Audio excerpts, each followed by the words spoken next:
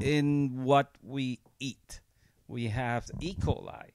Now, interesting enough, E. coli, it seems to be what, remember what they call the Montezuma's revenge? Montezuma, he was a cacique from Mexico.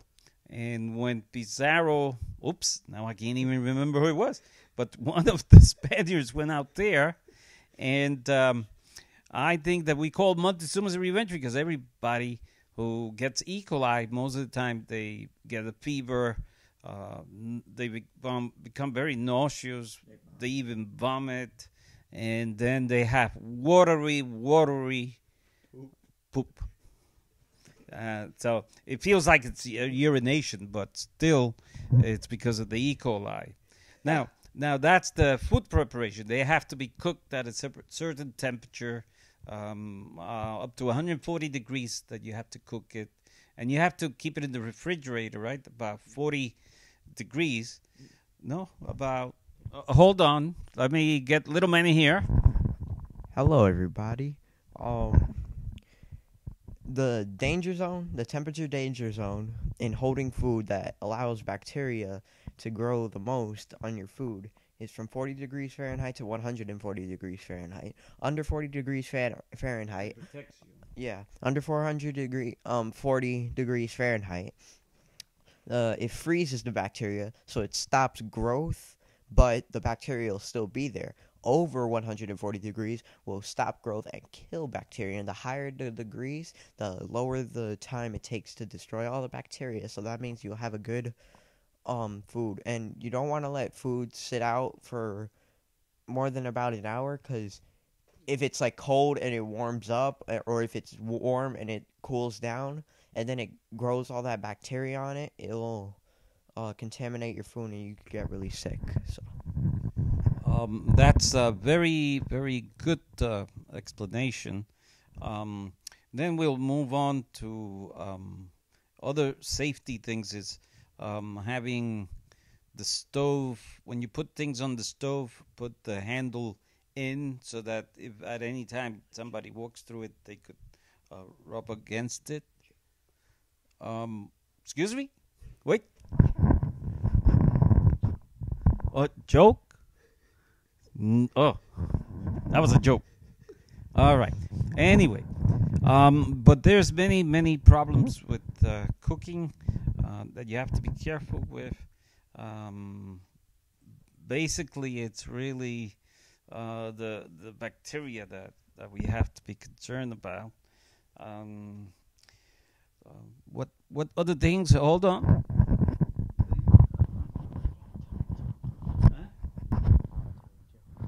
And, well, you want to be careful, like, when you handle certain equipment and how you take care of them, like, with knives, obviously.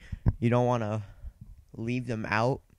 You want to always use a cutting board to keep your hands away from your, the knife, and keep it sharp so that you could avoid pressing too hard, and then you could cut your fingers.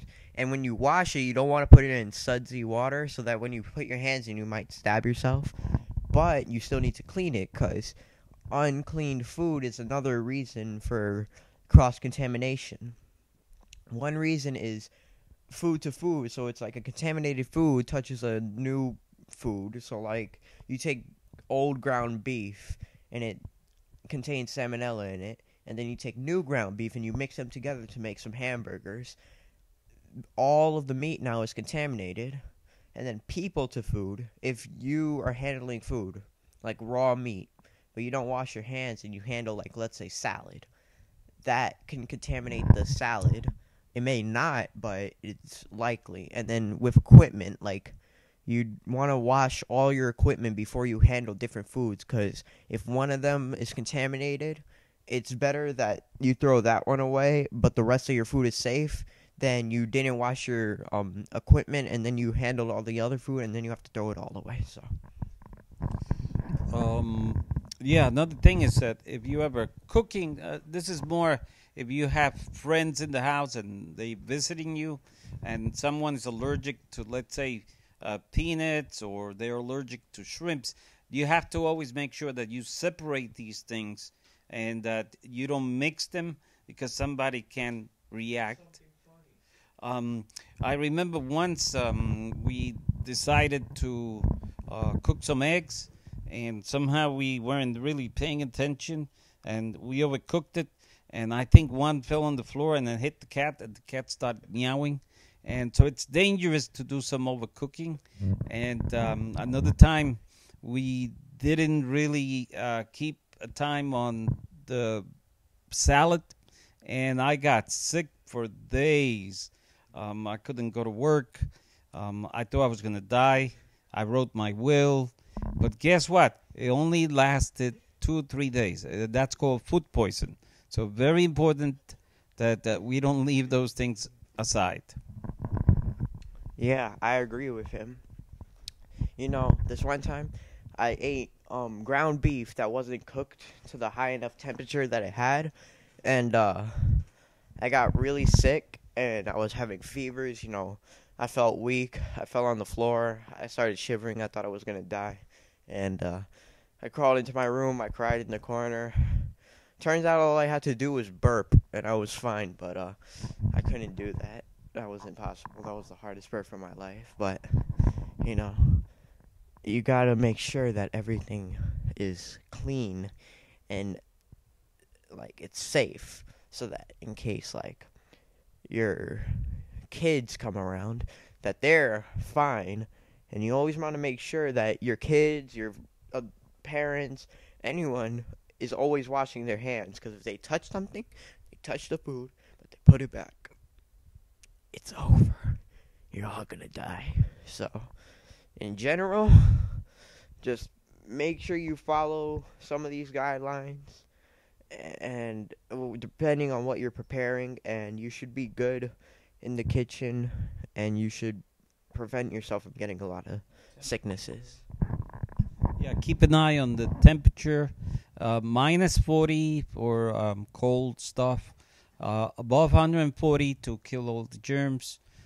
It's another very important thing that the safest place to eat is in our homes.